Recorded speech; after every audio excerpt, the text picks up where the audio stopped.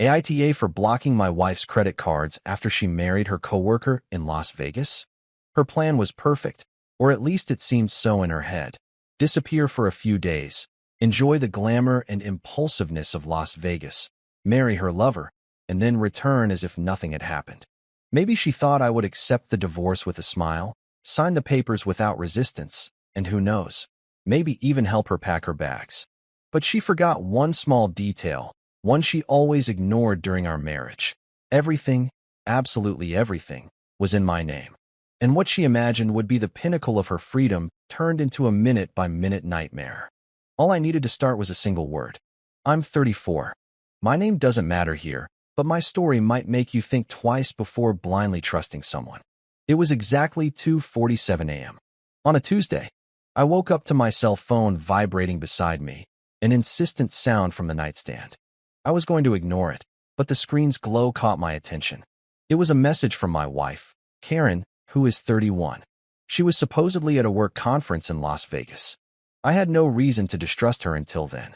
After all, she had traveled with the company several times before, and everything always seemed legitimate, or so I believed. The message included a photo. Karen was wearing one of those cheap, rented white dresses, holding flowers and smiling. Beside her, Thomas, the coworker she claimed to hate, had a ridiculous expression of victory on his face. They were both holding a marriage certificate in front of one of those cheesy chapels that look like they're straight out of a bad comedy. The photo's caption read, "Just married Thomas. I've been sleeping with him for 8 months. You're pathetic, by the way. Your loser energy made it all easier. Enjoy your sad little life." I stared at the phone for about 30 seconds. The anger didn't come right away, nor did the sadness. It was more like a relief, as if a cloud had finally lifted, as if I had received divine permission to act without guilt. So I typed a single word, "Great." And before she could reply, before any fake regret could begin, I sprang into action. Karen always thought she was very clever, too smart for her own good, but she never cared about finances. She always left everything in my hands. She had no idea how the accounts worked, where the contracts were, or what the passwords to the banking apps were. That's why everything, absolutely everything, was in my name. I bought the house before we were married. The credit cards, all in my name, with her as an authorized user. The utility bills, my name. She thought she had married an idiot, but at 3 a.m. that morning, she discovered she had married the owner of everything. By 3:15, I had done the basics. I canceled all the cards in her name, cut off her bank access, and changed every password she knew. Email, streaming services, the smart home app, everything. I removed her as an authorized user from anything involving my name. Then I called a 24-hour locksmith. I explained that I needed to change all the locks on the house. "It's urgent. Can you come now?" The guy said yes. It cost $300. It was worth every penny. While I waited, I took screenshots of the message, the photo, and the entire cancellation process. I knew I would need proof. Always keep proof. At 4 a.m., the locksmith arrived. By 5 a.m., all the locks on the house were changed. Even the garage code was modified. I had a coffee, lay down, and slept like a rock. At 8 a.m., I was awakened by loud knocking on the door. I opened it to find 2 police officers, one older, with a face that had seen it all, the other, younger, trying to look serious. "Sir, we received a report of a domestic situation. Your wife claims she's been locked out of the residence." I nodded and showed them the message on my phone. "She's not my wife anymore. She married another man in Las Vegas a few hours ago." The older officer frowned, took the phone, and read the message. The younger one had a hard time hiding his reaction. I saw his mouth twitch, holding back a laugh. "She says you've confiscated her belongings and her money," the older one said, maintaining a professional tone. "Officers, I have documents proving this house was purchased before our marriage. The cards are in my name. She was just an authorized user. I haven't touched anything that was for her personal use." I showed them the screenshots, the records, the house deed. They asked to confirm if the message was real, if it wasn't staged. I showed them the metadata, the timestamps. Everything was there, clear as day. The older officer sighed and spoke into his radio. "Ma'am, you'll have to resolve this with lawyers. You married another man. Legally, we can't force him to let you in." On the other end, I could hear hysterical screaming. She was out of her mind. Before leaving, the officers gave me one last instruction. Do not destroy her personal belongings. If you wish, you can leave them outside for her to pick up. That's exactly what I'll do, I replied. They nodded and left, visibly uncomfortable with the situation. I closed the door, took a deep breath, and began to pack up her belongings, separating everything, labeling it, and leaving it in the place she chose when she married someone else. Update. Wow, this blew up. I never imagined so many people would be interested in my story, but I guess many have gone through some version of this. Maybe not with a Las Vegas wedding and explicit bigamy, but with betrayals disguised as work trips and fake smiles at dinner. Anyway, I'm here to answer some common questions before continuing with the soap opera. Yes, it's real. No, we don't have children, thank God. Yes, I already have a lawyer, and he is thoroughly enjoying this case. Now, about what happened after that morning when the police knocked on my door. That same afternoon, around 4 p.m., the doorbell rang again. I looked through the peephole and almost laughed. There was Karen, with her new husband Thomas by her side. And to make the spectacle even more absurd, they brought along Helen, Karen's mother, and Paula, her younger sister. They looked like a mix of a circus, a telenovela, and a trashy reality show. Thomas looked like a fish out of water. He was pale, sweating, clutching his car keys with both hands as if that would protect him from reality. The Las Vegas spree was over, and the moral hangover was written all over his face. He probably thought he had married an independent, successful woman with a house, a car, and stability. And there he was, next to a woman with no access to her own credit card, nowhere to sleep, and now embroiled in a bigamy scandal. I opened the door slowly, saying nothing, just looking at them. The first to speak was Helen, the most meddling mother-in-law in existence, going into full mama bear mode. This is emotional abuse. You can't do this to my daughter. You left her out on the street. I'm calling the police again. I smiled calmly. Go ahead. They were here this morning. They saw the message, the documents, and they had a good laugh. She shut her mouth for a second, but continued to huff like a teapot. Paula, Karen's sister, tried another approach. She looked at me with contempt and said, "You're a controlling psychopath. You always were." I barely held it together. I almost laughed. Controlling? The woman literally cheated on me, married someone else, and even sent me a message mocking me. But of course, it was my fault. Thomas, for his part, tried to act tough, crossed his arms, took a step forward, and blurted out, "This isn't over." I replied very calmly, "Oh, it's not." Great. I pulled out my phone, showed them the wedding photo she sent me, and added, "I was thinking of sending this to your company's human resources department. I hear they have a very strict policy against relationships between colleagues." He turned so pale he looked like he was going to throw up right there. He took a step back and remained silent for the rest of the time. Karen, meanwhile, began to fall apart. She started crying, and it wasn't a silent cry. It was a dramatic performance with sobs, her knees almost buckling and makeup streaming down her face. "You're destroying me. You're controlling me financially. This is abuse. You're punishing me." "No, Karen," I said. "I'm just managing the consequences of your choices."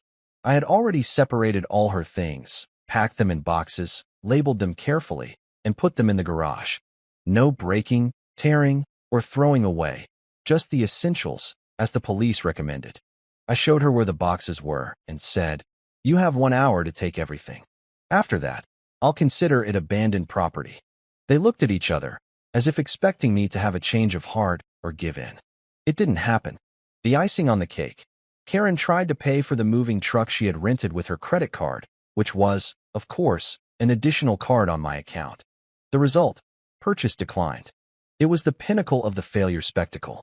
The girl at the counter even said loudly, "Card is blocked. Want to try a different one?" Thomas huffed, pulled out his wallet, and paid with his card. The look on his face, my God.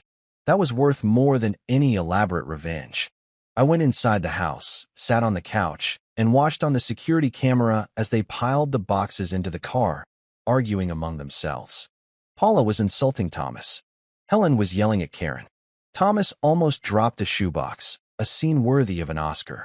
But since bad things can always get worse, the real cherry on top arrived. Yesterday, my lawyer called me. Buddy, you're not going to believe this, he began, laughing on the other end of the line. Karen is trying to annul her marriage to Thomas. What? Yeah. She's claiming she was drunk, that she was manipulated, that it was all an emotional mistake, that she didn't know what she was doing. But she sent a message bragging about it. I know, I have it in the file. She's also trying to claim rights to your house. She says that since she was technically still married to you when she traveled, she's entitled to a division of assets. I laughed. My lawyer did too. He said with that calm demeanor only experienced lawyers have. She sent me a written confession of adultery and bigamy. This is easier than a child's game. So, she doesn't stand a chance? Not only does she not stand a chance, but she could get into criminal trouble. Bigamy is a felony in several states. Excellent, I replied. But the true icing on the cake was yet to come. A few mutual friends sent me messages on Instagram and WhatsApp. Apparently, Thomas told people a very different story. He thought Karen was rich. Seriously, he believed she owned the house we lived in, that she earned more than she did, that she would leave the marriage with money. The result? They are living in the basement of his mother's house. Yes, Karen's grand escape plan ended with her married to a guy who shares a basement with moldy boxes and a tube TV. Karma, pure and simple. More updates soon. This is far from over. Update. Get ready, because this time it was Karen who tried to drop a bomb, but she ended up blowing herself up. She decided she would be the victim this time and launched a social media campaign. She posted everywhere that I was a controlling narcissist, that I had trapped her in a loveless marriage, and that she only sought comfort in another's arms because I forced her to. Her mother and sister shared all the drama as if it were a telenovela. And the worst part, some mutual friends believed her. They sent me messages demanding explanations, some even blocked me. But Karen forgot one tiny detail. I'm friends with Eric, and Eric, my friends, is basically a legal hacker, the kind of guy who can solve anything with 3 clicks and a raised eyebrow. I showed him what was happening, and he helped me recover some very interesting Facebook messages between Karen and Thomas, messages from over a year ago. Among other things, she said she was playing the long game to secure a nice sum of money before leaving me. My favorite was this one. He's such an idiot. I've been siphoning money from our joint grocery account for months. I almost have enough for my dream wedding with you, love. Just one detail about that joint account. It was only mine. I let her use it for household expenses. I checked the statements and started connecting the dots. She would say she was going to the supermarket, withdraw cash, use half of it, and the rest. Nobody knows, nobody saw. So I posted the screenshots, all of them. Her narrative collapsed in a matter of hours. But then came the final attack, or as I like to call it, the desperate explosion. First, she convinced her father to call my boss. Yes, her father claimed I was harassing his daughter and that action needed to be taken. My boss, who already knew everything, I had shown him the messages and the history weeks ago, simply replied, "Sir, you'd be wise to stand down." Second, she tried to break into my house at 3 in the morning. The new security cameras recorded everything. She was screaming that she needed to get her grandmother's jewelry back. Small detail, her grandmother is alive and wearing her jewelry. Third, she accused me of killing her cat. We don't have a cat. We never have, and I'm allergic. Fourth, she started calling my mother, crying, begging, saying she made a mistake, that Thomas means nothing, that she just wants to fix things. My mother replied coldly, "You should have thought of that before you slept with him for 8 months, dear." But the height of audacity came yesterday. I got a call from Diana. Who is Diana? Thomas's mother. Yes, the mother of the guy Karen cheated on me with. This woman had the nerve to ask me to be a man and take Karen back because, according to her, her son can't support a wife right now and young men make mistakes. I asked her, "Are you seriously asking me to take back the woman who cheated on me just so your son doesn't have to deal with the consequences?" She replied, "Well, when you put it like that, it sounds selfish. Marriage is about forgiveness." I hung up immediately. I didn't argue. I just hung up. That night, I received one last message from an unknown number, probably from a friend of hers. "You ruined my life. I hope you're happy." I replied, "Actually, I am. Thanks for asking." I blocked the number. Tomorrow is the first divorce hearing. My lawyer already said it will be quick. Documented bigamy, fraud, misappropriation of funds. She dug her own grave. And you know what? I can't wait to watch her fall into it. Final update. The divorce hearing was a real spectacle. Karen showed up to court in a white dress. Yes, you read that right. White, to a divorce hearing. Please, she was already married to someone else. The look on the judge's face was priceless. Her lawyer tried to argue that the marriage in Las Vegas wasn't valid because she was emotionally distraught and was coerced by Thomas. The judge asked what coercion meant in this case. The lawyer's response: he promised her things, made her believe that leaving the marriage was the only way out. My lawyer stood up with a smile. Your Honor, I have here 73 pages of Facebook messages showing that the defendant planned this for over a year. The judge took the documents, calmly leafing through them. His expression went from neutral to disgust, and then almost to amusement. He read aloud. You were the one who wrote, and I quote, I can't wait to see the stupid look on his face when he realizes I've taken everything. Karen turned red instantly. That was taken out of context. And what would be the context that makes that sentence any better? Silence. The result: the divorce was granted immediately. She was left with what was hers: personal belongings, the still-financed car, and nothing else. In fact, she has to pay me alimony for 6 months, since I paid for her certification course last year. It's only $500 a month, but the rage on her face was worth millions. Outside, the circus continued. Helen started screaming that I was robbing her little girl. Paula tried to throw coffee at me. She missed. She hit Diana, Thomas's mother, who had come to support young love. The coffee fight between the mothers was so intense that security had to separate them. And Thomas didn't even show up.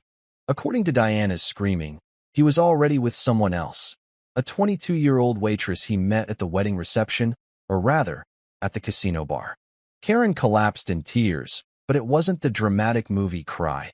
It was that ugly cry, with snot, sobs, and despair. She screamed, "It wasn't supposed to end like this."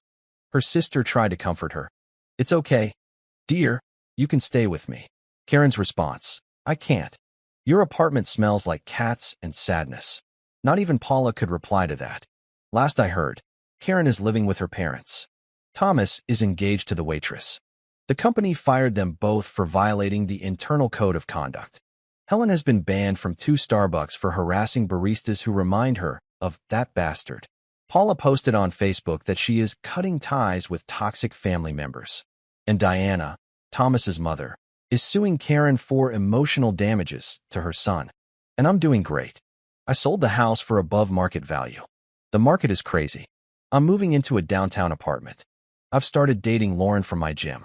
She finds the whole story hilarious and always brings me coffee with my name on the cup. It's not Thomas, is it? My lawyer framed the Las Vegas marriage certificate. It now adorns his office as the easiest case of his career. For those who ask if I regret being petty, not one bit. She played a stupid game and won stupid prizes. The only thing I regret is not seeing the signs sooner, like when she said her ex was crazy for changing the Netflix password after she cheated on him. I should have realized then. Thanks for following this insane roller coaster. Now it's my turn to live my life. P.S. Karen, if you're reading this, and I know you are because you're obsessed with Reddit, Thomas's mother called you a scheming gold digger at her book club. Just so you know. If you liked it, don't forget to leave a comment and support the channel by subscribing. See you in the upcoming stories.